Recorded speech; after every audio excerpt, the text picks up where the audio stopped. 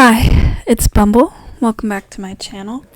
So this movie, it came out, I believe, a couple of weeks ago. I'm recording this the day that I watched it, and also the day it's available on Netflix. Oh, yeah, October 17th. I'm just seeing that on the poster. So yeah, this movie came out like a while ago. I desperately wanted to see this in a movie theater. Mostly because it's a Guillermo del Toro movie, and since I've seen some of his other ones, probably not all of them, but Crimson Peak, The Shape of Water, Pan's Labyrinth. Like, I've seen a couple, and I knew this was going to be visually stunning, and it was, and I knew, like, okay, I need to see this in a theater, not just for the visuals, but, like, the whole experience of it and everything. I haven't gone to the movie theaters in a year, actually, since seeing Wicked Part 1. Because the two movies this year I wanted to see in a theater, I was like, I need to see in a theater. Even though there's other movies like the new Predator movie and stuff that I also am interested in and want to see at some point. It's Frankenstein and Wicked Part 2 that I was like, I need to see these in a theater. Unfortunately, I could not see this in a theater. I'd even made plans to go with one of my friends. This is a movie I'd actually kind of wanted to watch by myself. I ended up watching it with someone, but not my friend. But because we would be in a movie theater and you're supposed to be like quiet in there and stuff, and I knew he would be someone, my friend, that would like appreciate the movie as much as me and also wanted to see it like just as badly. And I thought it would be nice, to have someone to talk about it with after watching the movie. I wanted to go with one of my friends, and then I found out that the movies were only in like limited theaters, and there were ones in my area, but like really far away, where I didn't think the drive was worth it. And I thought, damn, I was like kind of disappointed, especially because I kept seeing online about people going to the theater and talking about how amazing this movie was. On one hand, it got me hyped because I kept only hearing like amazing things about this movie, and I tried to go in as blind as I possibly could about it, which I'm glad I like avoided the internet for a while. I had seen what the design for him like had looked like without the hood and the robes and everything. That was like the one thing I knew, but not really like anything else. But yeah, I was literally like counting down the days the last 2 weeks until it was November 7th and I could see this movie. And then I had to wait until like the end of the day because my dad wanted to watch this with me as well. And at first I was kind of nervous about that because sometimes he like tends to talk a bit during movies. He did make some comments during this, but surprisingly not that much. And normally I don't mind. Sometimes I'll talk during a movie too, but with this movie I wanted to be like 100% absorbed into it and stuff, as if I was like in a movie theater or something. But it worked out fine and stuff. I actually did end up taking notes on this. As I'm trying to say, I wasn't planning to originally, but then my dad would get up and do something and pause, or we'd use the bathroom or whatever, and then I found myself writing down things just to try to remember for like talking points for later. It wasn't even going to be much. But then as I was watching the movie, there was so many things I had like such strong feelings towards or wanted to remember and stuff, and to kind of keep track of the movie in my mind. I found myself writing notes anyway. It's not like I was constantly typing throughout the movie. It was only like maybe like 3 or 4 times where we would like pause the movie, we'd get up to do something or whatever, and then I would type. I found that I'm like a really fast typer than I thought I would be, because where I wouldn't even really be looking at the keyboard, I would just trying to get down my thoughts as fast as I could. But there were some times after very specific scenes, especially ones that made me feel a lot of emotion, that I had to ask my dad, like, okay, can you pause for a second? He didn't mind, which is really nice. I found, as we've been watching movies, and you'll hear in December, when I have like not an entire month, but a lot of December is just me doing like back-to-back-to-back movie reviews that I recorded before doing this one of Frankenstein. You'll hear me talk about like, oh, I don't want to take notes, and then I'll change my mind. I've changed my mind, and my dad's nice about it, where he doesn't actually mind, it's funny, of pausing the movie so that I can write stuff down on my phone, which I think is really neat. And it's funny because then if anything, sometimes I'm like, no, keep the movie going, and I can type, because it'll be scenes where there isn't really anything happening and I want the movie to keep going and whatever, but he's nice enough to pause so that I can like fully write stuff down, where he'll sometimes be like, oh, if you want to write down like a paragraph or something. But yeah, I have some notes, but not a lot, so this might not be too long. I'm not really sure. I'm trying to think of where to start. I want to give my general thoughts of this actually before I get into my notes, which are all kind of brief. They're more like PowerPoint talking notes, which I normally don't write that way. I normally write like every little detail of something I liked. But this movie, I was so like entranced by it, I didn't really write too much. I loved this. This was actually just as good as I thought it was going to be, and that feels wonderful to say, honestly. Like, this is a movie I was so excited about, besides the fact that I couldn't shut up about it to my friends before it came out, including me being sad I couldn't go to a movie theater for it. And then I was counting down the days. Literally last night, I was so excited to watch this. I couldn't really sleep. I had to like put on ASMR and kind of keep myself awake for an extra like half an hour until I could be tired enough to fall asleep. But yeah, I've been excited about this for a while, not just because it's a Guillermo del Toro movie. Actually, you know what? Before I watched, I think this is my new favorite of his, actually. Like, all of his movies I've watched, there's some that I like or dislike for various reasons, but they're all really well done. Like, I don't really care for Pan's Labyrinth, and that's literally only because it's just too depressing for me to go through. That it was just such a bummer to watch, but like, that's supposed to be the point. The Shape of Water was my favorite. That one, I kind of watched it. I was a bit late to that one. Like, it had gotten the awards and whatever, and people had talked about it, and then like a while later I had watched it, so I kind of missed the hype of it.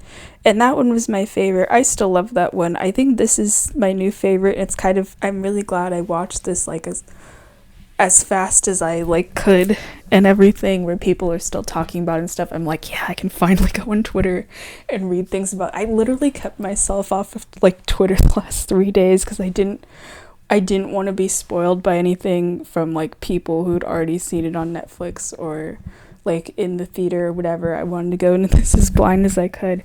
But besides that it's a Guillermo del Toro movie, and I knew he was going to do like a fantastic job adapting Frankenstein and everything, it was also because I've been like getting into Frankenstein the past year. I still haven't read the original novel yet. I know that I need to. I always end up saying that, where I watch something that's like based on a book and I'm like, I need to go read the book, and then I keep forgetting about it and I feel bad, especially because people in the comments will tell me about the book and they'll be like, you should read it, and then I, like with Misery, I still haven't read it yet, and someone in the comments had written about like, you should read it, Bumble, it's pretty good, and I need to like get on that at this point. I have the time too.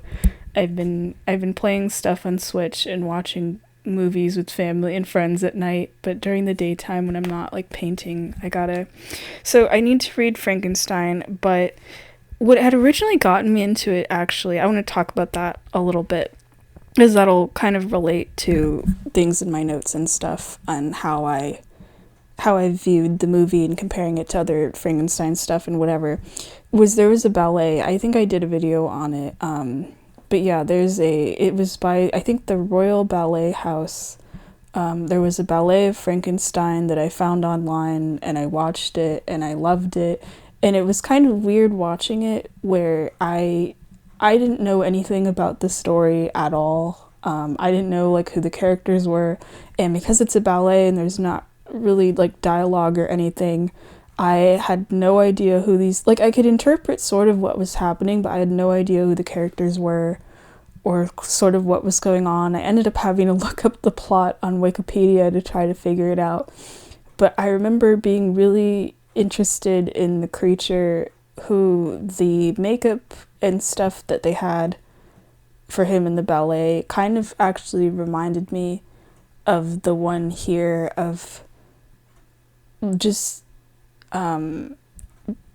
looking like a person, but like being covered in all of these scars and stuff. I don't remember in the ballet if it was like different colors of skin or different, obviously where it like came from different body parts. Like in this one, the creature's face, I noticed in some of the close-up scenes, is sort of different colors a little bit, some of it looking like kind of green and some of it looking more pale parts than others. I don't remember if it's ballet, but I remember, Because, like, when I think of Frankenstein, I think about, like, like the 1931 movie, and what people usually think of as Frankenstein is like being green and the weird haircut and the bolts in the neck and stuff. Like, that's what I had thought about. So then seeing the ballet and seeing the creature as, kind of similar to here, of like covered in scars and stuff, I thought was really interesting. But I remember, even though I didn't understand what was going on, I just kept feeling so sorry for him. And that's how I felt with this one too, especially. Oh man, they make you really feel sorry for the creature here, which is, I think supposed to be the point and everything. And then a while later, I'd watched Bride of Frankenstein, and that was cool. I didn't like it as much as I thought I would, I think because I was disappointed by the bride. And then earlier this week, I'd finally watched the original, like, 1931 movie, and that was really good. I liked that more than Bride of Frankenstein, but I'm glad I watched that. I'm glad I've seen Bride of Frankenstein. I'm mentioning about those two specifically because, there's stuff from there that I'm familiar with that are also in this movie, where certain characters or things would happen, and I'm like, oh, hey, it's like in the movie and whatever. So I'm glad I had seen those. And if anything, watching the 1931 movie, like, earlier this week, I think kind of helped me be more impressed by this movie and stuff, of like the same things happening, but now it's like it's in color, it looks beautiful, it's a movie from 2025 and stuff. Okay, so hold on, I'm trying to think what else. Oh, I'm trying to remember like general things off the top of my head. Like I said, this movie visually looks stunning. There's like several scenes in this where I thought, like, damn, especially like landscape scenes where I thought, damn, I should do like a painting of this or something. I'm literally planning on going back through the movie at some point, just to kind of like pause through it and look through it and see if there's anything I want to do paintings of, because it's so beautiful. I'm still thinking about, there's some scenes I remember where there's like forests or these like purple flowers and stuff. Or a lot of the snow scenes are really cool as well. Like, I really liked how the tower looked, the like laboratory tower that the creature was created in when he comes back to it, and everything's covered in snow and the tower's like burned down and partially destroyed and stuff. That was really cool. The tower itself is also just really cool to look at. It looks very spooky in there. The costumes are also really cool. Like, for most of the movie, the creature wears these like hoods and robes and things, and it kind of makes him look more kind of mysterious than if he was just wandering around like in the nude and stuff. I loved Elizabeth's costumes. It was kind of funny watching this with my dad. I remember, because she wears these like feather things in her hair, and I remember him kind of making fun of it a little bit, which I thought too. I'm assuming they're like historically period accurate, but I don't know. But I really like her dresses. They seemed like so impractical because there's so many layers, but they looked beautiful. I really liked the blue one. The wedding dress one, it was like this big white one, was also cool. And I liked that her sleeves kind of looked like bandages. It reminded me, and it's probably supposed to remind you of it, but I don't know. I'm just taking a guess, of like the white dress that the bride in the Bride of Frankenstein wears. I thought that was pretty cool. Like, there's sort of plot points from that in this movie, which I find interesting. Like, they have the blind old man in this, and Elizabeth, she's supposed to be Elizabeth. She's Victor's brother's fiance and stuff that Victor also falls in love with. But I feel like she's like the closest this movie has to the bride as well, because she does fall in love with the creature. I actually thought she was going to have a bigger role. I was actually a little bit disappointed, especially because I remember seeing so many pictures of her and like promo stuff, before this movie came out. Her role's actually pretty short, especially her time with the creature and everything. But she was one of my favorite characters. I'll talk about her more in my notes. But her costumes especially, I was like interested in. I'm trying to think what else. The music was also really good. It reminded me, probably because they're both supposed to be like very gothic and stuff. It reminded me of the soundtrack for Crimson Peak, which I'd actually just rewatched like I think like last month or something. But there's a lot of like violins in this soundtrack, a lot of like kind of gothic, kind of moody sounding waltzes and stuff. There's two music tracks in particular that I really liked. There's one that plays that sounds kind of more upbeat when Victor dances with Elizabeth and they're like starting to hang out and stuff. And then there's this montage when he constructs the creature. I think there was also waltz music playing at that point too, but those tracks in particular I really liked. And also the song. Oh yeah, I forgot to mention at the beginning. I'm sorry. I should have like stated this sooner. I know that in all my reviews, I like spoil stuff as I'm going through my notes and talking about things. I feel a little bad, kind of making this in that it's like I really wanted to talk about this movie and get my thoughts out while it's fresh, but I'm also going to be spoiling everything in this, and I feel like I'm gonna write this in the title, but I also want to like verbally state this as well before I continue, because I was about to talk about the very last scene in this and the music with that. But yeah, I'm gonna be spoiling stuff for this, so that's why I feel a little bad. I'm like posting this right after I watch it. Like I want this out the day it comes out and everything on Netflix, but it's also like it's literally the day of, and I don't know if people have seen it yet, but I'll write spoilers and stuff in the title, so like please, I'm sort of talking about the general things first also, because I'm like, hey, if you haven't seen the movie, please go watch it before like you continue listening to this. I'd hate to like spoil anything in this movie for someone that hasn't seen it yet, especially because I loved it so much and everything, and I tried to go into this as blind as I could. That's the best way I could describe for this movie, honestly, or like the recommendation really is like, I mean, it does help if you like know about like the story Frankenstein and stuff, but I mean for the movie specifically, like go into it as blind as you can and stuff. Okay, I'm gonna continue.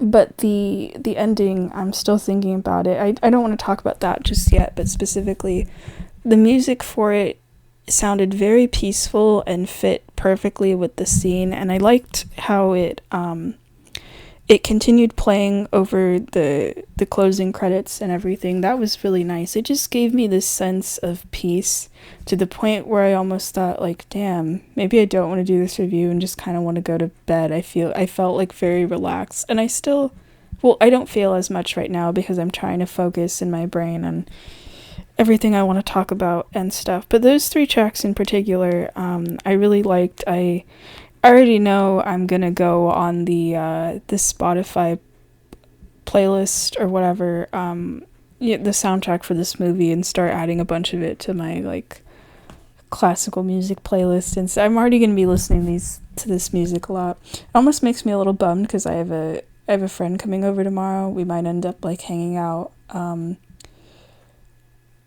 And I've been like painting the last few days outside, and now I kind of wish, dang, I want another day of painting so I have the excuse to listen to the music while I'm out there and stuff.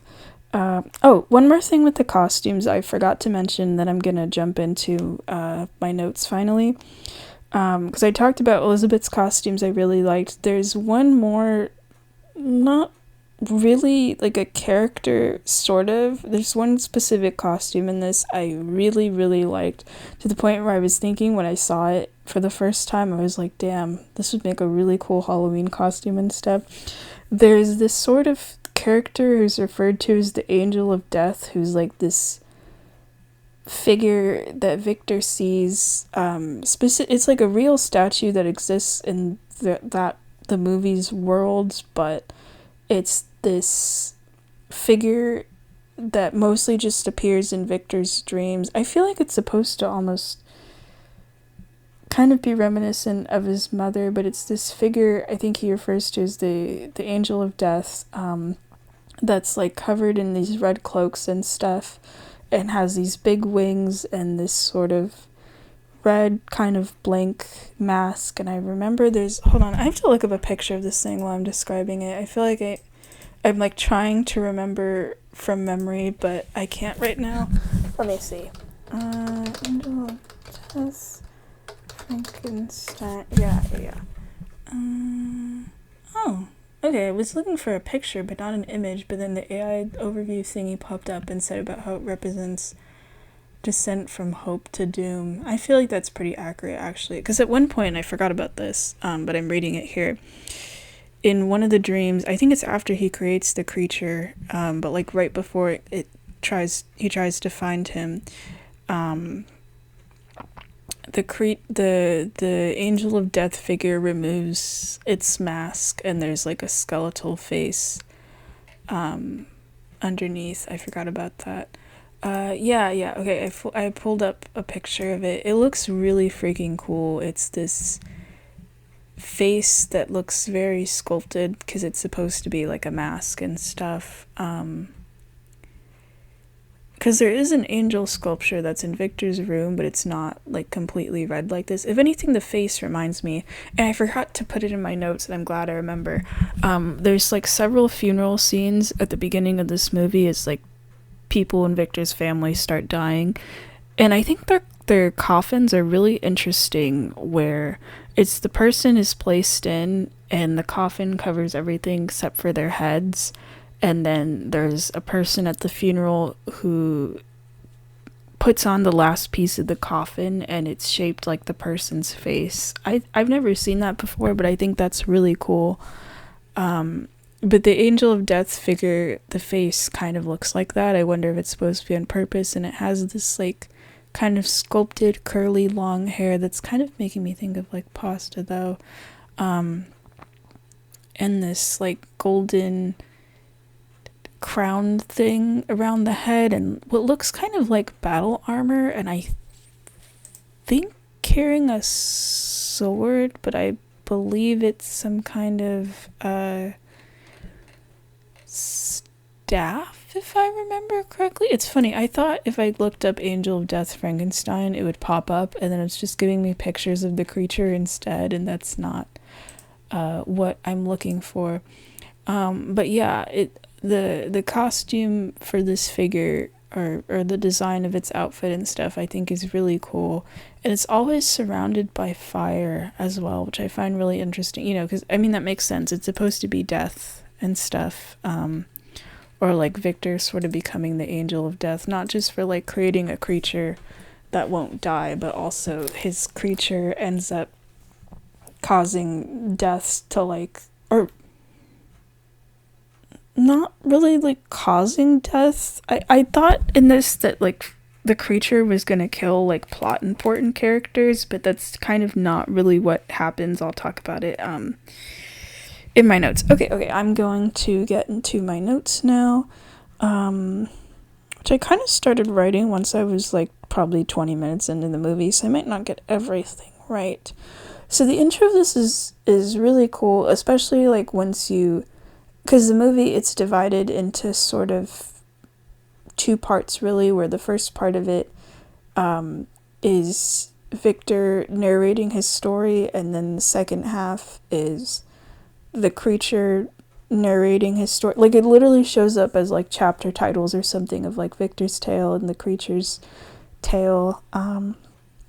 But before any of that even starts, there's like this intro of this like Danish ship that's out in the middle of the ice and stuff, and they're trying to like get their ship back into the water and stuff. And these people, they see a fire, they find Victor, he's like all beaten up and has a prosthetic leg, and they get him onto his ship, and then the creature shows up and is trying to ask for Victor, and the people are shooting the creature, and the creature's like attacking people and stuff.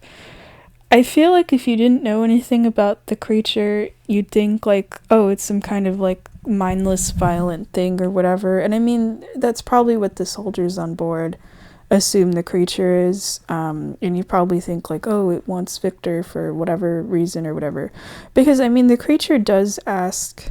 I mean, I feel like there's sort of hints to them that, like, things aren't what they seem, and that they find Victor, and he's, like, horribly injured and stuff, but his sled dogs are completely fine. You actually see throughout the movie that the creature's actually really nice with animals and stuff, so I wasn't surprised that, the dogs are left unharmed and everything.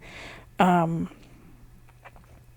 and they end up protecting Victor, and I was wondering about that of like they don't even know this guy or and to be fair, I'm sure if they gave up Victor, the creature probably would have left them alone. And I mean that eventually does happen that they allow him to leave later on. But like the creature isn't just like blindly attacking and whatever. He's already saying that he wants Victor and they won't give him up. And the soldiers are also like trying to shoot him. So of course he's defending himself. That kind of happens a lot in this actually of like people don't try to communicate with the creature and they try and attack him and then he tries to attack them and stuff.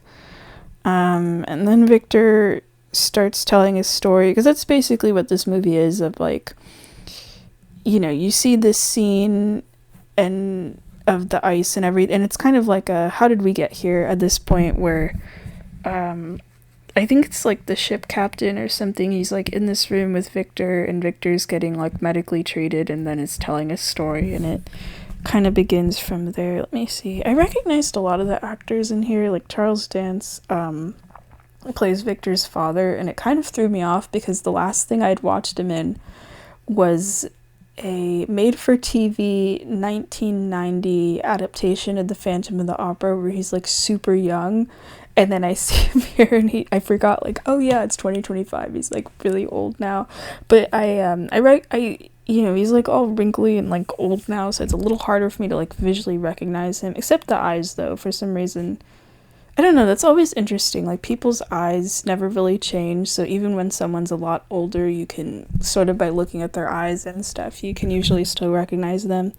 But I recognized his voice immediately, even though he sounds older. But yeah, he plays Victor's dad. I thought Victor was going to kill him. I just kind of assumed, because he's, like, really abusive, and Victor thought that or like had assumed his dad. Okay, because the thing is, I feel like I should give some background. So Victor's dad is a surgeon, and he teaches Victor like everything he knows, but also like abuses him and stuff. And then his mom is pregnant, and the mom's actually, I don't remember what her name is, but the mom is like super nice to Victor, and meanwhile his dad doesn't show him like any affection. Which I'll be talking about that point later on, once the creature's introduced into the story. But yeah, Victor's mom is pregnant, and then she dies in childbirth, and Victor gets upset at his dad, being like, you're supposed to be, like, the world's best surgeon, and you couldn't save her. And I thought because of that, that Victor was I just assumed he might, like, try to kill his dad for not saving his mom, or I thought maybe it was even going to be revealed of like the dad let her die on purpose or something, but no, none of that stuff actually happens. If anything, Victor's dad is a horrible person, but like Victor actually ends up turning like out to be so much worse, especially like after he makes the creature. But his dad does die, but his dad dies naturally, and then the mom dies from childbirth, and the baby that's born is Victor's younger brother. I think his name is William. He's actually not like a super important character. If anything, his fiance Elizabeth is a more important character. But yeah, the siblings end up separated and stuff, and then Victor becomes obsessed with conquering death because his mom died from childbirth and stuff. And even from like a young age, he becomes obsessed. And I think that's kind of interesting that, one person died and wasn't able to be saved, and that inspires him to.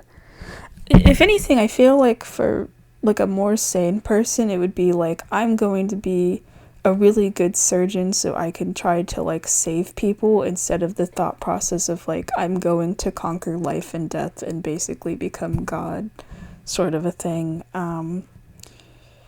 And then there's even Victor gets like a lot of warnings throughout this movie, which is why I don't really feel sorry for him or anything. Like even before he makes the creature, he does some like messed up stuff. Like there's this scene I completely forgot to write about in my notes, but I want to talk about where Victor is at this like medical college or something, and he's doing this demonstration where he has this sort of corpse person thing that's he reanimates back to life, and I just feel sorry for the poor person. I think he says it's like a carpenter's arm and the rest of the body comes from somebody else. But the person only has the upper half of the body and I think like one arm, and looks kind of horrified to be brought back to life. Like he doesn't say anything, but he's constantly making these wheezing sounds as if being in like horrible pain, as if it's hard to breathe. Probably doesn't even know what's going on around him. And Victor just kind of uses him kind of like a parlor trick basically, which I feel like foreshadows the way he like ends up viewing the creature when he's finally built. But the person that Victor makes in this part of the movie is like able to catch a ball and stuff, and I guess people in charge, I don't remember what they're called, it's like these three guys in these kind of stupid looking powdered wigs or whatever, and they're like horrified with what Victor's made, and they're like, this thing's an abomination and stuff, and this is just like charades and whatever, and Victor's like upset about like no one's taking it seriously and what a marvel it is. But that's where Victor finds his sponsor. I don't remember what the guy's name is, but he's played by Christopher Waltz. I don't have notes in him either, but I'll talk about him really quick before I continue to move on. He's this guy, Victor. I'll just refer to him as Victor's sponsor, I guess, because it's like basically his role. He's Elizabeth's niece, and he tells Victor like, I'm gonna give you an unlimited amount of like money to get whatever tech you need, and you're gonna recreate this experiment, and you're gonna build a whole ass person and stuff. And it turns out what the guy really wants is that he's dying of syphilis.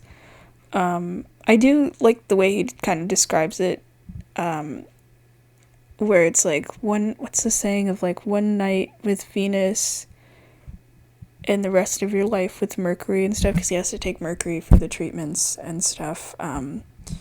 But yeah, he's dying from syphilis, and it's like spread throughout his body where he can't be saved. And I think the guy is like aware of that, but he wants to be saved anyway. He doesn't want to die. Which I do feel sorry for him in that he describes what's going to happen to him, of how he's going to suffer for like a very long time, and it's less about dying for him and more about not wanting to die from this like horrible, painful thing he's going through, which I completely get that. I mean, no one wants to die like a horrible, like, not even just like dying, but like suffering through this disease until it eventually kills him. But he reveals this to Victor like right when he's going to like bring the creature to life and finish the experiment, and then they end up getting into this argument where Victor's like, yeah, I'm not putting you inside of that body. It's probably not even possible anyway. I don't know how the guy expected that exactly, because it would be like transferring his consciousness and stuff. I guess it would have to like override the creatures. I'm not sure, because like the creature, when he comes to life, it's like a new life rather than like the life of he might as well like mentally be a baby or something, rather than the life of like the corpse that his body is from or anything. But then the sponsor guy ends up getting accidentally launched down a hole and dies instantly or whatever, and then from there he's actually not really plot important. Like Elizabeth, he sort of is, where like Elizabeth comes back to be like, hey, is my uncle still alive and everything. So he influences the plot like a little while after, but it never really continues. I kind of assumed maybe people would start being suspicious of Victor or whatever, about like, hey, this guy went missing. But then it turns out that because Victor ends up destroying his lab, the tower and everything, and people just assume like, oh yeah, all of that and this guy's disappearance was like some kind of accident or whatever. I mean, Victor wasn't trying to kill the guy. It was that they got in an argument and the guy fell down this like hole and whatever. Which it was really cool the way that was shot, where Victor originally was trying to like climb up to the top of the tower to put in the lightning rod thing to be able to like bring the creature back to life. That visually that was really cool. But yeah, he has a very small role. And then Victor gets to meet Elizabeth for the first time. I like how even when the way she's introduced, she stands out from everyone else as being kind of odd. Where she is looking at this memento mori setup and picks up the skull and is kind of staring at it and stuff. What was I going to say about her? A lot of her dialogue, especially to Victor, is kind of more of these like cryptic warnings, if anything, or just her musings about the value of life and stuff. And some of it ends up helping Victor with like it ends up giving him a hint about how he can actually bring his creature to life. But I really like when she first meets Victor and she gives this little speech about how soldiers, when they go into the battlefield, they eventually die and they suffer out there, but then the people that are like sending them out to war never have to experience being on the battlefield or anything, and kind of reap the rewards of these people's deaths. And I thought it was like a warning about like making others suffer for your benefit, which is basically what Victor will eventually do, the creature of like bringing him into existence, and his existence is suffering. But then Victor, before everything kind of goes wrong and stuff, or I guess not wrong, it's never really wrong. Like, he views the creature as wrong, but he's not. But Victor was gonna like show him off as a scientific marvel and doesn't view him as a person and everything. There's a scene that was kind of funny though, because we get more stuff of Victor and Elizabeth, where Victor follows Elizabeth, and they don't really know each other at this point, into a church, and she goes into the box for confession, and he goes inside and pretends to be a priest, where he's even putting on like an old man voice. I like that the subtitles, because I had the subtitles on for this on Netflix, changes to say something like mimicking old man or whatever, and she knows it's him, but she still tells him what she's going to say anyway. But she starts saying of like, oh, I have feelings or whatever towards my brother's, or my fiance's brother, and he assumes, because Victor is has an ego and everything, that it's for lust. And she says nope, it's hatred, and then describes how she's disgusted by him as a person, and he's just so insulted the whole time. Like, she immediately doesn't like him, and he hasn't even done the stuff with the creature yet where he becomes a worse like, even before he makes the creature, he's already morally like not a good person. And the whole demonstration he gives at the college is basically showing like exactly how he'll eventually treat the creature and everything. But yeah, she ends up hanging out with Victor, where they're like sort of getting along, but also kind of not really, where she still doesn't like him.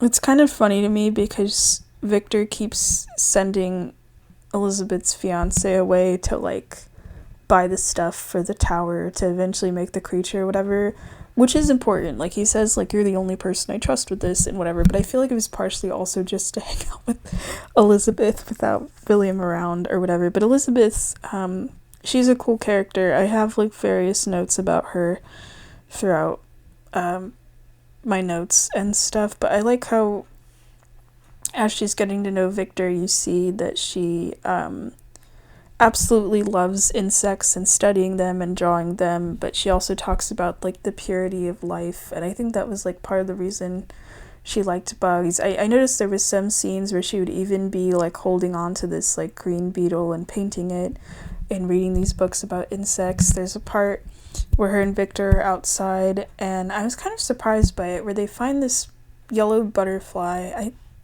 think it was a yellowtail, but I'm not sure. And he asks her, oh, should we trap it or let it go. And I thought she was going to say to let it go because I thought maybe it was going to kind of eventually show kind of how she views sympathy for the creature and stuff. But instead she says to trap it and they put it in this little cage thing. But I think instead it ends up representing, or something she says about it, of it being trapped in a cage, and she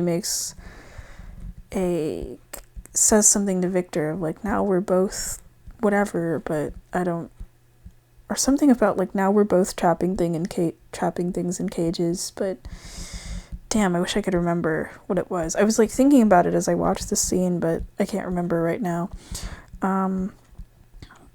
But yeah, the montage with Elizabeth's nice, where they're hanging out, they end up dancing and stuff.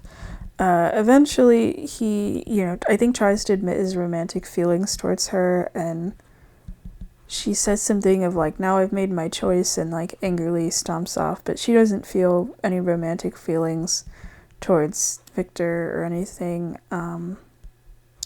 There's a scene later on that I really like, that I think I have notes about, where she tries to confront Victor about, like, hey, you made a guy, what the hell, and you're having him in chains for some reason, and she's saying how she feels sorry for him, and Victor's like, what about me? What about my heart? And she says something of, like, oh, your heart's ironically, like, the furthest organ from you, like, basically saying, like, you're emotionally cold, and rejecting him. Like, she's like, what the heck, you're mistreating this creature, and he's like, yeah, but what about, who cares about the creature, what about me? And it's like, bro.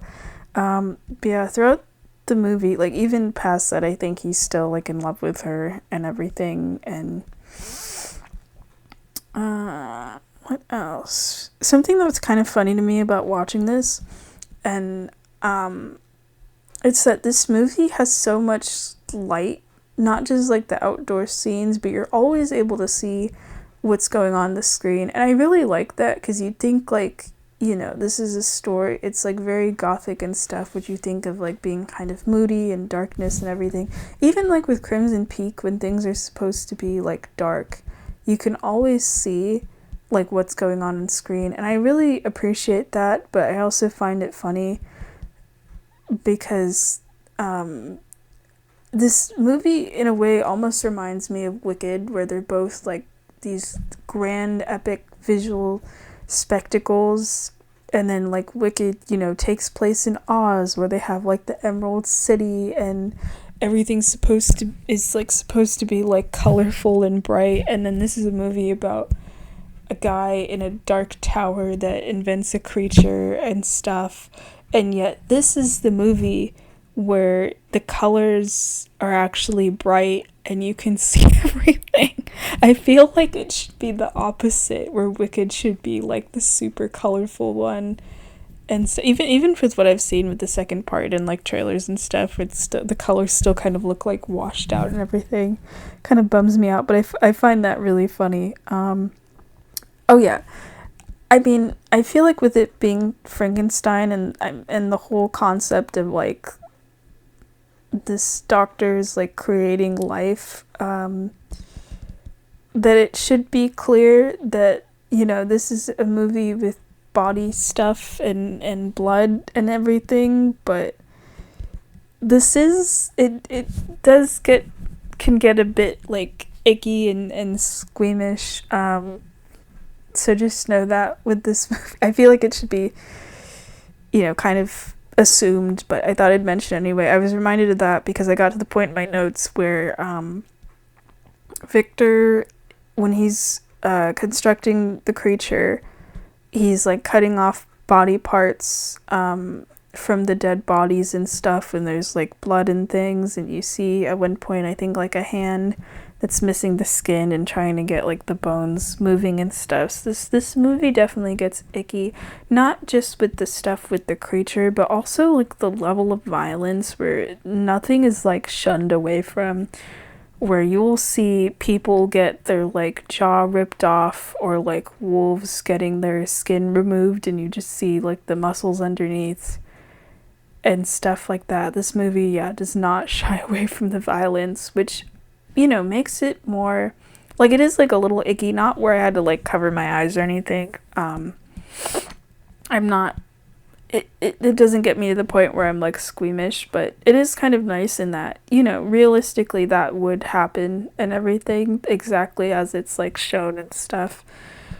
And I think, you know, I appreciate that. Oh, okay. I have much longer notes now. Damn, all of these are like paragraphs at this point.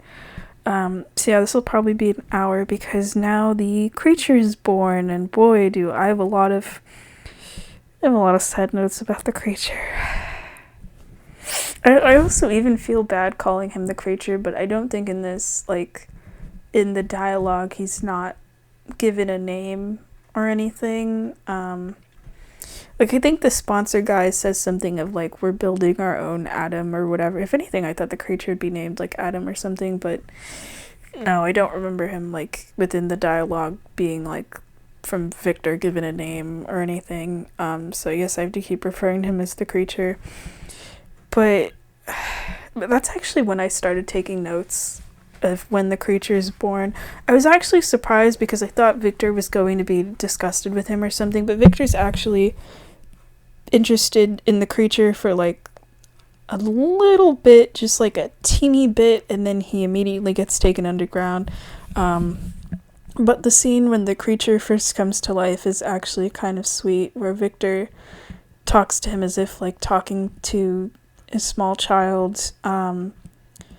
And Victor's the one that shows him the sunlight and everything, where he opens a window and the creature kind of freaks out, and then Victor draws him into the light, and the creature kind of just parrots, yeah, Victor, and like trying to match his movements and stuff, even with like words and everything, because the whole thing is like the creature could only say Victor at first, and Victor eventually, you know, that's when he starts getting upset with the creature, as the movie goes on, where he's like, man, this creature's not intelligent or anything, it can only say this one word and is mimicking things, even though, dude, it's you gotta treat him like a baby, you gotta like actually teach him words. Like, he's getting upset about the creature, I guess not being smart, but it's like you can at least speak. I was actually surprised about that the creature is able to speak words immediately and sort of understand stuff. I thought he would have like stumbled on words.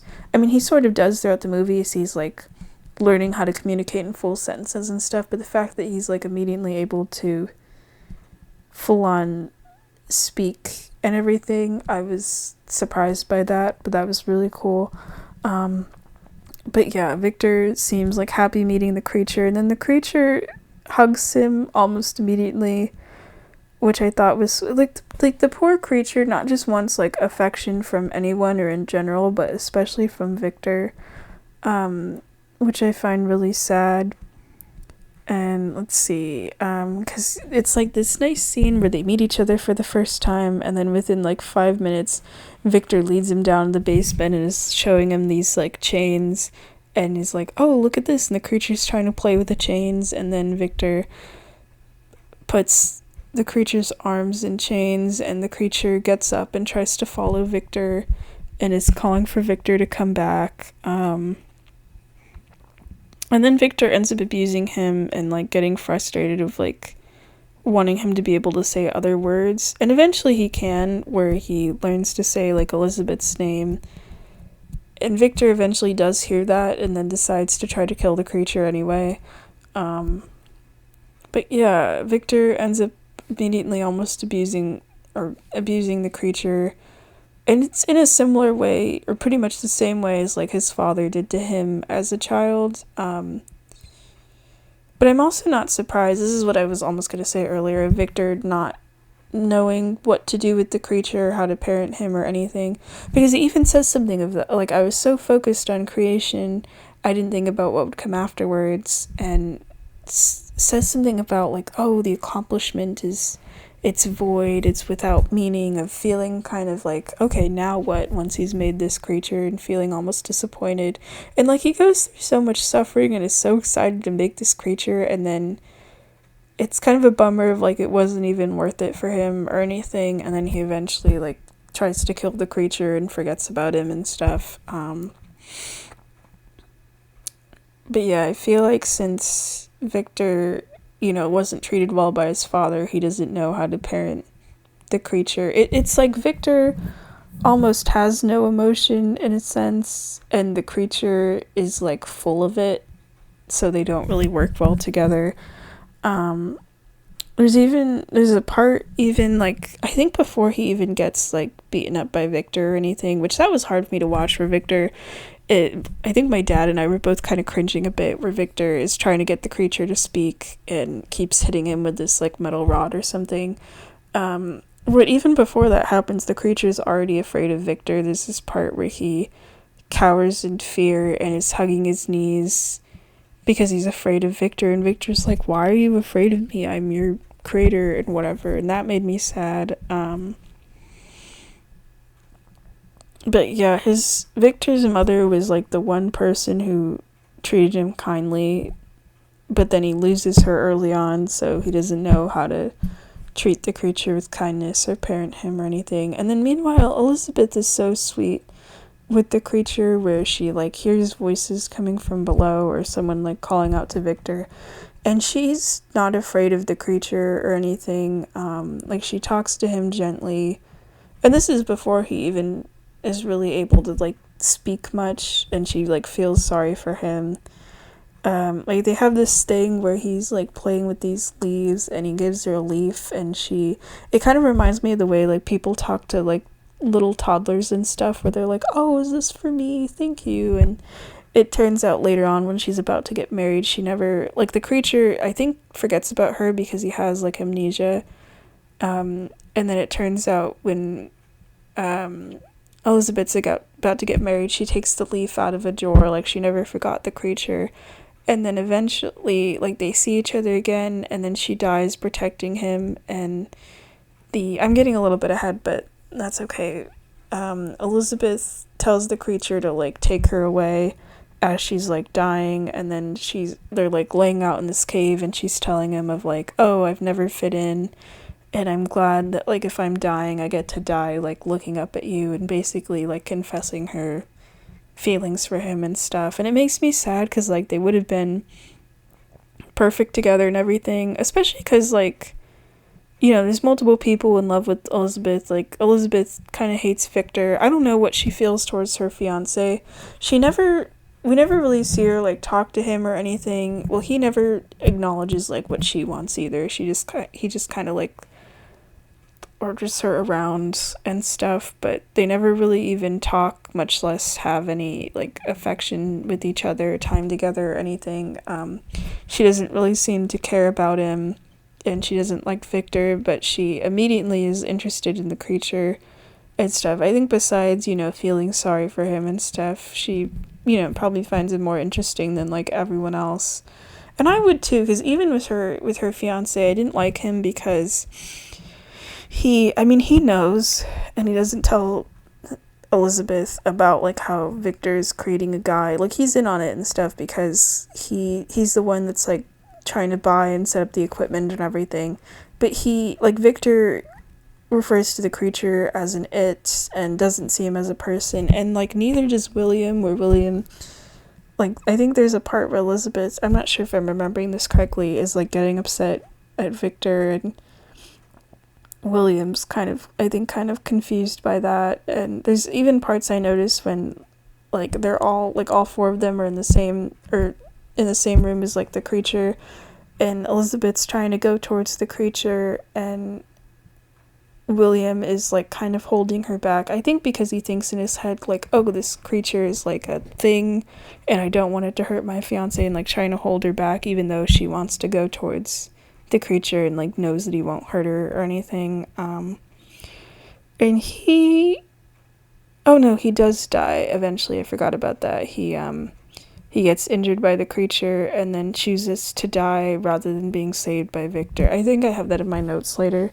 somewhere. But yeah, Elizabeth's first meeting with the creature is sweet, where it's like he's finally being shown some kindness, and she tries to teach him her name like how Victor did, and then she ends up leaving him and he looks so sad. because he's like being left alone again. Like this is the first other person he's seen besides Victor, and then he's being left alone. Um, and I liked when she calls out Victor like right afterwards for like treating the creature badly, since he should know better, and Victor just seeing the creature as a project to be admired and not like a person or anything. I kind of thought that maybe not Victor, the creature, once he escaped, would try to find Elizabeth, but then it turns out he ends up having amnesia. He eventually gets his memory back, so he kind of forgot like everything, including Victor and Elizabeth. I feel like otherwise he would have maybe have like tried to find Elizabeth or something.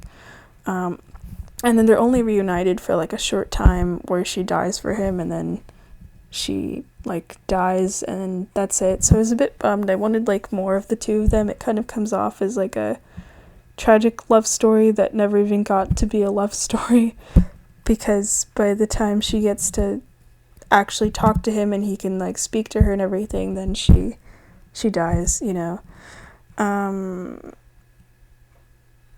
Jacob Elordi, I've only ever seen him in he was a host on SNL, but also on like Saltburn and stuff. I remember him in that movie, so I haven't seen him in much, but he does a great job as the creature.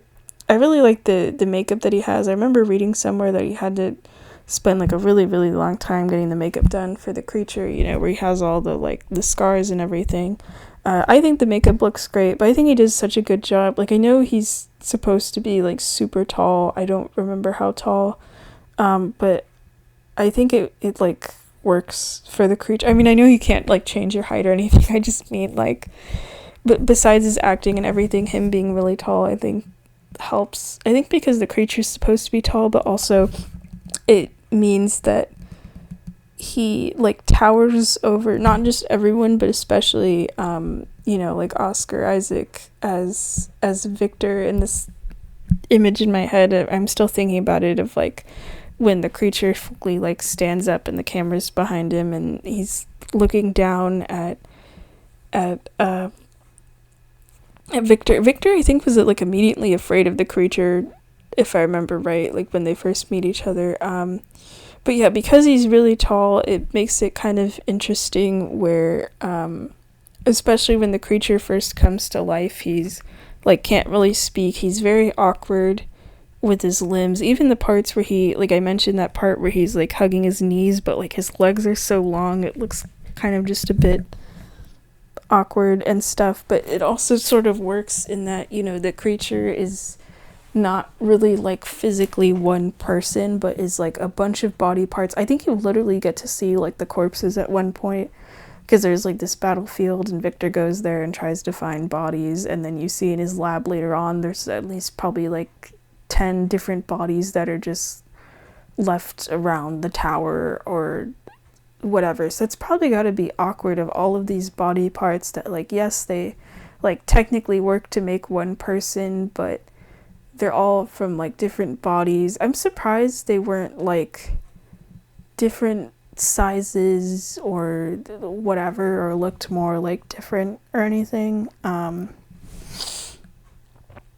But then the creature also has this ability I forgot to mention about, I don't know if in like other adaptations or in the novel if the creature has it, or if it's just in this version, where he's able to heal. It kind of reminds me of Deadpool, where he can get like horribly injured. The creature literally gets blown up with dynamite at one point, and there's some points where he is said to have like quote unquote died, but then his body just literally regenerates back and the creature can like feel it, and you can literally see him like visibly heal on screen. Like there's a point where he gets like shot by these people and then lays on the floor, and I think like actually dies for a bit and then just comes back and his wounds are gone, which sounds like it's really cool, but it's not. And the creature knows that it's not cool, where he has like a death wish for the rest of the movie and everything, and not having the ability to die, especially like after Elizabeth dies, which, you know, will keep him alive forever basically. But it is also kind of in his favor, where he keeps getting injured by people, but then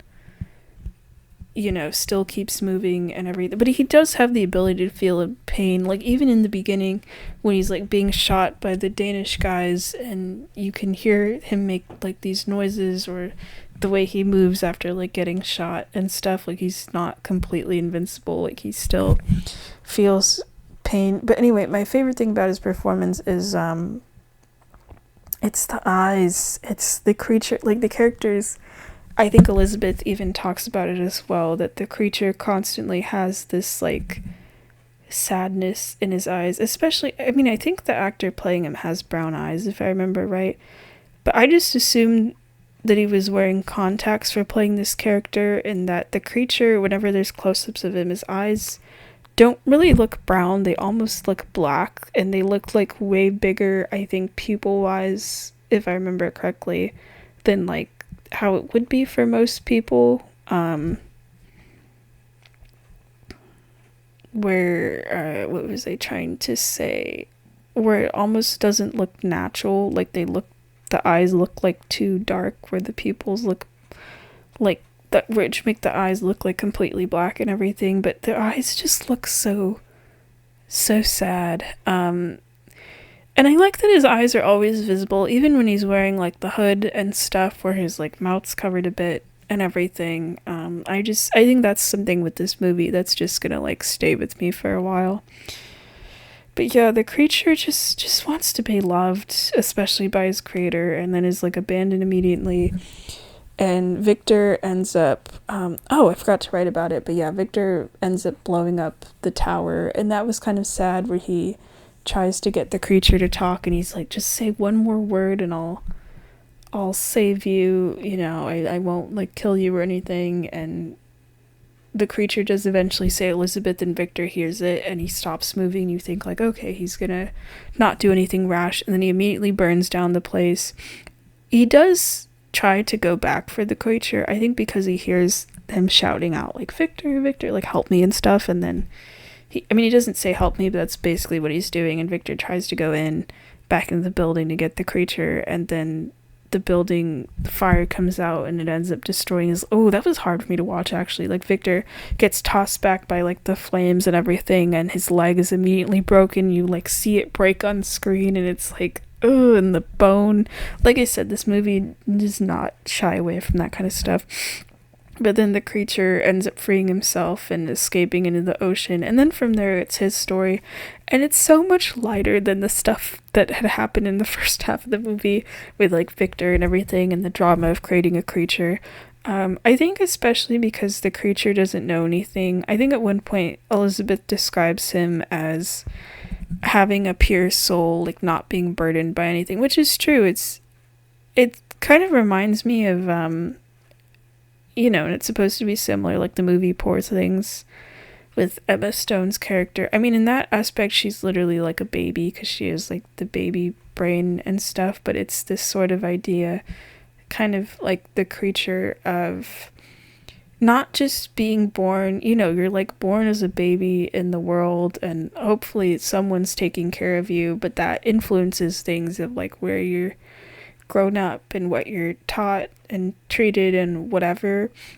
But, like, with the lady in Poor Things, or, like, the creature in Frankenstein, it's like you're sort of born or come to life, but you're in an adult body first off, but you don't know anything, and there isn't really, like, anyone to take care of you. I mean, I think in Poor Things she had someone to look after her, but here it's like the creature's abandoned, and when his story starts, he has amnesia, and he's out of the tower and goes wandering off into the forest and stuff. So that's, like, a very unique perspective and stuff of being this sort of, like, new life, but you're, like, physically grown and everything. And it's sweet. The movie becomes so much softer in a sense, almost, except for the humans he ends up meeting almost immediately that try to... It's like the first humans he meets from his perspective, and they immediately try to shoot him, but like right before that, the creature finds this CGI deer, which I think that stood out to me just because I didn't notice really CGI with like the rest of the movie. A lot of this I'm assuming is like practical, at least looks that way. It looks like real locations and stuff, and I think that's part of what makes the movie look so cool, honestly. But anyway, so then seeing a CGI animal like threw me off because of that. But the creature finds a deer and befriends it, and it's nice where he's eating some kind of plant and then gives it to the deer. He's like unafraid of the deer isn't afraid of him. But I just think that's nice of like he's eating, he probably doesn't even know what anything is or whatever.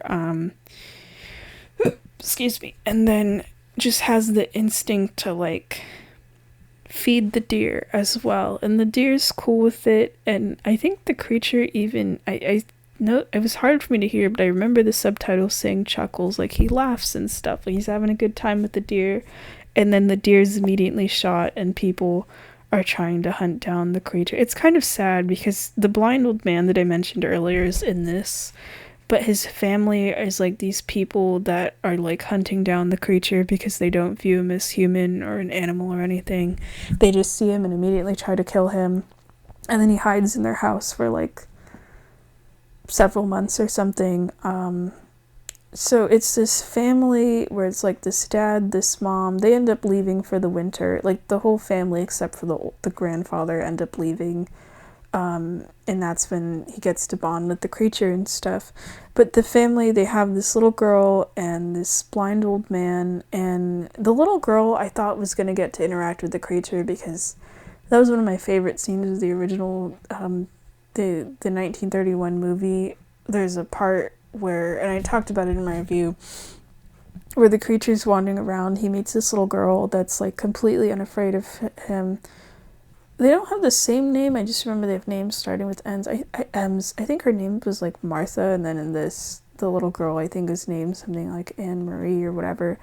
And he plays with her and then ends up chucking her into a pond. But here he doesn't get to interact with the little girl at all. It's just the blind old man, which I feel like has got to be pulled from Bride of Frankenstein, because in that one the creature finds this house, there's this blind old man that he hears playing the violin, and then they end up becoming friends, and the old man isn't like afraid of the creature at all.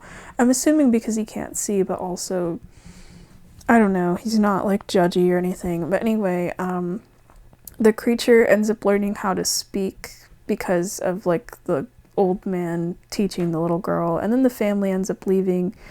The creature is just this like invisible guardian they refer to as like the forest spirit, where he's like secretly helping them. What was kind of sweet and a little sad was the old man. He like pats the little girl on the head sometimes, and she like, you know, when a kid does a good job or whatever, and there's nobody to pat the creature, so he like lives in their walls or something, and but he's able to see through like a peephole thing or like a hole in the wall. And he like pats himself on the head, and he does that a couple of times throughout the movie until eventually there's someone to pat his head. And it's just those little moments where like the creature's desperate for affection that just really get to me. I don't know.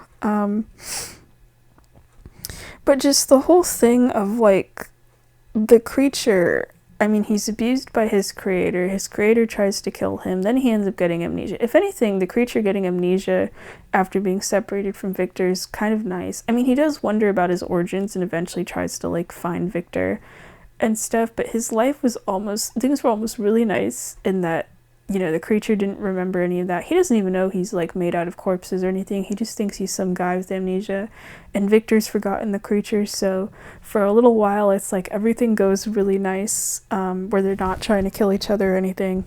But even anyway, after getting amnesia, he's like shot by people and whatever. And then he continues to show kindness anyway, both to like other people and to the animals. Like the family, you know, before he officially meets the old man, they haven't done anything for the creature. If anything, they've tried to shoot him and everything, but then he still hangs around in their walls and learns things and whatever, and he still goes out of his way to help them, like in the middle of the night repairing their fences and because they think he's like a forest spirit, they eventually end up giving him like food and clothing and whatever that he uses. But the fact that he just decides to help them anyway, just because he's, good inside and everything, I think is really nice. I feel like that partially relates to the whole thing I mentioned of him having like a pure soul and not really knowing anything or burdened, by societal rules or other people or whatever. But he like desperately wants to be part of their family too, which I think is also why he's helping, which is, kind of sad. Oh, wow, okay, I guess I completely forgot to write about some of this stuff. But yeah, one of my favorite segments of the movie is when the entire family leaves for the fall and winter and stuff, except the old man. He decides to stay behind. I guess he always does that. He mentions about that. It's for like spiritual reasons, and the creature shows up, and the old man's like, "Don't be afraid, you can come in." And he feels the creature's hands and thinks he's injured because of he's wearing like this uniform and because of the scars on his body. And then the creature, I think, tries to get the old man to pat him on the head or something, and they immediately become friends, and then they get to hang out. It's really nice where like the creature's allowed to read. He ends up reading the Bible and a bunch of other stuff, and at that point I think is learning to speak in like full sentences. And then the old man tells him like, hey, go and find your creator or whatever. And the creature ends up going to the castle ruins and finding like the books, like Victor's old notes, and finding out who Victor is, and then realizing like, oh, I'm made out of these body parts. I don't even count as like a person, which I think reminded me, there's like a scene in the ballet that's something of that too, where the creature ends up finding the Victor's old notes or something and figuring out like what he is and everything. But anyway, and then the creature goes back to the old man to like tell him what he's learned and stuff, and then the old man is like torn apart by wolves, and then it's kind of sad. Actually, I'm surprised I didn't get more emotional. I just assumed I was going to cry, but I didn't. I think my dad even asked me about that as well. He's like, are you leaking? And I'm like, no, but I thought I was going to. Not that I had like tears in my eyes, but I could feel that I was feeling the emotion of the scene where the old man is dying and the creature is like, I'm sorry I wasn't here and I found out what I am, and the creature and the old man's like, no, you're a good person and you're my friend. And then he dies, and it's sad, and the creature's sad. And then the family comes home and they don't see the wolf corpses or anything for some reason. They just see the creature standing over their like wounded father, and they're like, oh, there's the thing from the woods and it killed this old man. They assume that.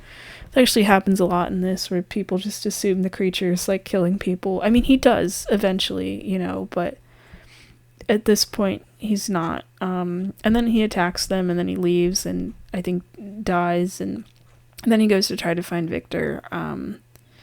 There's this letter that Victor ends up getting from the like science people or whatever that he ends up tossing away, that I thought like, okay, this is going to be important, but how it wasn't important in the way I expected, where the creature ends up finding it and that's how he tracks down Victor. He ends up getting Victor's address from it and learning Victor's name. And then let me go back to my notes. But that's the whole segment with the old man. That was one of the points where I thought I was going to get like more emotional. And then it's Elizabeth's wedding, and the creature has an encounter with Victor. And that scene was really good, where the creature, is tracking down Victor, not for, like, revenge or anything. He's just like, hey, please make me a companion. You didn't give me the ability to die and stuff. And Victor's like, I'm not going to make some kind of other wicked monster or whatever. And I mean, the creature is a victim for a lot of this, and his situation is horrible, but there's something about the line he says of, like, oh, you won't make me a companion, then I'm going, or, like, you won't give me love, then I will have an infinite amount of rage and whatever, and deciding to, like, become violent, because eventually he does attack like the soldiers, the Danish soldiers. I think it's mostly because they're attacking him. But I feel like I can't completely view the creature as a victim, because I mean, a lot of the time he is being attacked by other people, but sometimes it's like he's not, and he still will like kind of push people around and stuff. Or just, there's something about that line of like deciding to choose violence just because he's angry, that just, I don't know, doesn't sit right with me. But he says of like how he's hunted by people and how Victor won't take responsibility for his creation. There's this line that the creature says, it's something along the lines of like being unable to die and unable to truly live. And then I was thinking about it more. That reminds me of like Am from I Have No Mouth and I Must Scream, of the whole thing of like not being able to die, but being in a form, like a non-human form, where you're not able to really experience like the full senses of being able to live. I mean, Am literally doesn't have a body, and he can't, like, he has this speech in the radio play that I absolutely love, where he says about like how he can't eat or touch things or have like a lot of the sensations and things that humans can't. I mean, the creature sort of can, but it's more in his case of like, he's shunned by pretty much everyone, and being in a body that's made out of like dying flesh and unable to die and everything. So it's like a little bit different, but like similar themes, and like people not being responsible for their creations, like making things and not taking care of them or anything. But anyway, that whole encounter scene was pretty good, and then Victor ends up accidentally shooting Elizabeth, because he was trying to shoot the creature. It was kind of weird the way it played out, where Victor has like the gun aimed at the creature and Elizabeth is there, and I thought it was going to seem more like an accident, but then Elizabeth gets in the way, and it seemed like Victor shot afterwards. I don't know, I don't think he was like purposely trying to shoot Elizabeth, but it almost kind of came out that way. Unless, how like a lot of scenes it's like someone shoots and then someone else jumps in the way. It wasn't like exactly like that, but then she's shot, and I noticed the creature picks up Elizabeth, and Victor, of course, because he always is trying to play the victim. Elizabeth even makes fun of it later, or like earlier in the movie, of like he's like, oh, the creature attacked her or whatever, even though he just shot Elizabeth and everything. He doesn't want to take the blame. And then people try and attack the creature, and Elizabeth, you can hear her kind of softly say the creature, like, take me away from here. And then all the people at the wedding are like horrified or whatever at seeing the creature, because they probably assume like, oh, this thing attacked her and is like taking her away. It almost reminds me of like,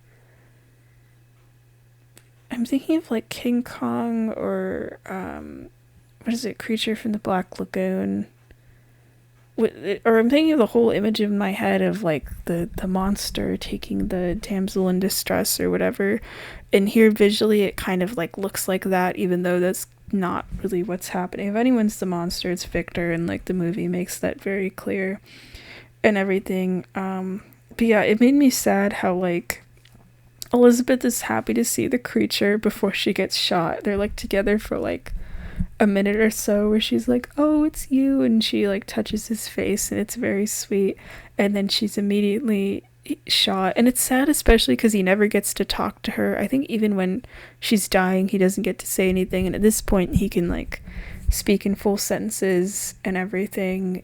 You don't even get to see if he like fully remembers her or anything. It sucks, man. I wish they could have had more time together. And then Victor's brother's dying, and this is what I was sort of trying to say earlier, where Victor is begging him, like, please, I can save you, and the brother would rather die. He's like, I like the part where he says, like, what, save me from what, like, from death or whatever, because Victor, refuses to let people die, because his whole, like, trying to conquer death thing, but then everyone else around him either craves it or isn't afraid of it or anything. But the the fact that his own brother admits, like, yeah, I see you as like a monster now and everything, and he doesn't even know that Victor's the one that like sort of accidentally killed his fiance or whatever.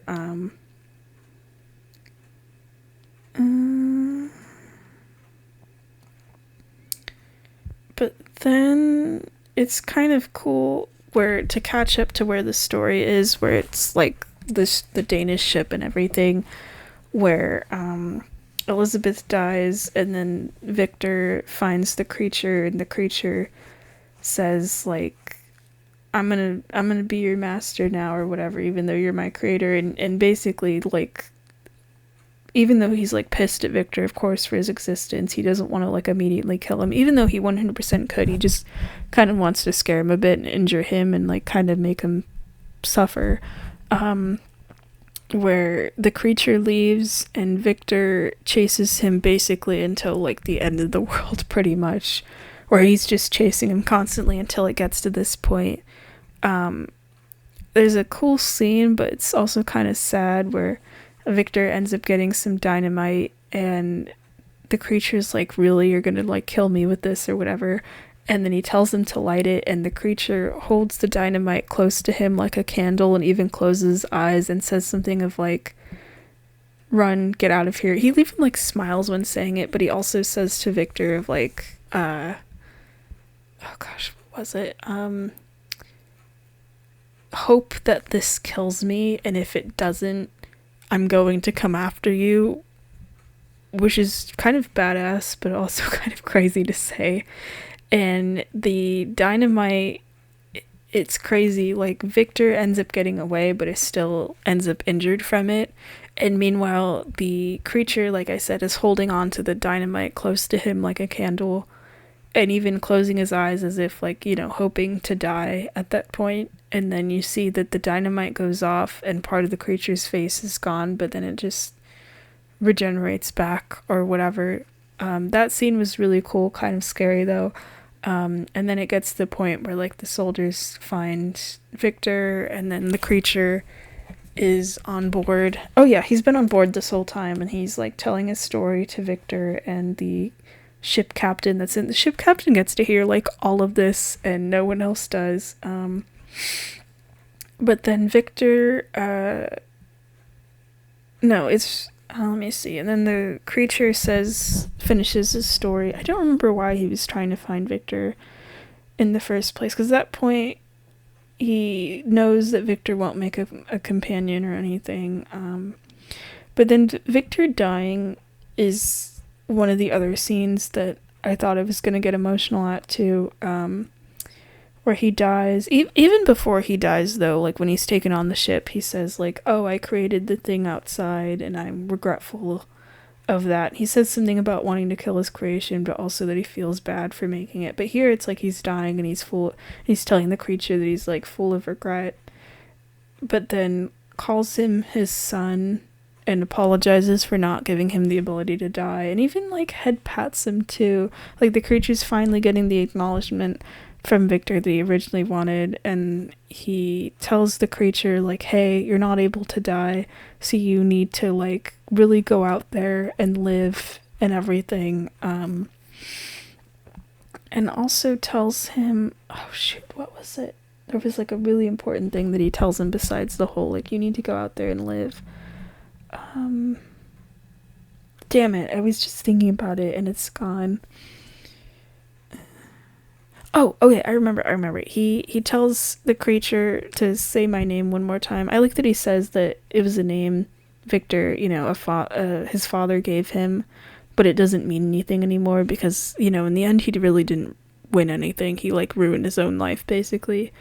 And he tells the creature, say my name one more time, like the way that you used to do when it was the most meaningful thing to you in the world.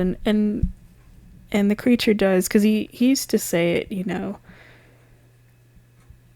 in the way of like how Victor was the only person in his life and everything, and then Victor dies and the creature says how he forgives his creator and everything. It was a really nice scene.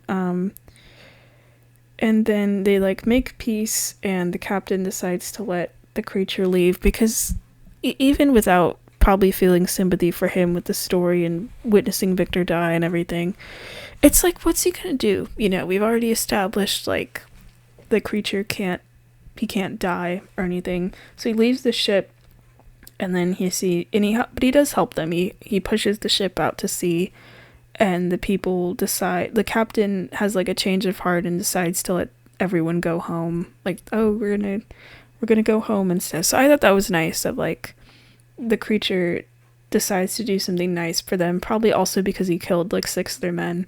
And then probably from experiencing and witnessing everything, the captain's like, you know what, let's just go home, because that's like what his men wanted. And then the creature sees the sun coming out and cries, and then it goes to the credits. And I find it interesting, and you see it with like the opening title thing as well, where it's in these like sunset colors, kind of like how I have like my logo in here a little bit, with that like sunset color kind of gradient. I find that interesting. I was wondering about that when I started the movie, and then when I finished I thought, oh, maybe it's because to match the ending of like the creature seeing the sunrise and stuff. But I thought that was cool because it's on like this black background. And then yeah, like I mentioned, the ending music's pretty good, and it matches the feeling of that scene of like seeing the sun. But I do feel bad for the creature. Like pretty much everyone like dies, like he's lost the people he's cared about, like the old man and Elizabeth and his creator. So he doesn't really have anyone left, and he knows he's not going to die, so I guess he just has to wander around. Oh, I forgot the reason. I forgot to mention about it. The reason, and I found it kind of interesting, like that's where your brain's gonna jump to. When the creature asks for a companion, Victor's disgusted about it because he assumes they're going to like have a family and make a home, and says something of like, oh, you dead people are going to like spawn more of you into existence, I can't let you do that. But like, who said the creatures, how would he even like make life in that way, like procreation or whatever anyway? Because like with wanting a companion, you can kind of assume it's basically like the Bride of Frankenstein of wanting, because he says something of like, oh, make someone like me, we could be monsters together. So like make another dead person brought back to life pretty much. But like, yeah, the creature has the ability to regenerate his body and stuff, but like it's still dead flesh and everything. I mean, he does have blood. I don't know, maybe you could make a baby out of that, but I feel like 2 dead people probably wouldn't be able to. And I don't know if that would be like vampire rules, where then you're stuck as like an immortal child forever or whatever. But like the creature doesn't even mention about any of that. He literally just wants a companion, doesn't even mention what the companion should be other than someone physically, like him. But then that's where Victor goes to eat. Like the fact that he's even being selfish of like, your creation that's immortal just wants a friend, man, and you can't even give him that. It's like, no wonder the creature gets pissed, and he does call Victor out on it as well. If anything, I just kind of thought that Elizabeth was going to be turned into the bride or something, especially because she like dies. But I think she does mention something about being like happy to die or whatever. So it probably would have gone against her wishes anyway. Like she was even already disgusted by the idea of like Victor creating artificial life and everything, and feeling sorry for the creature.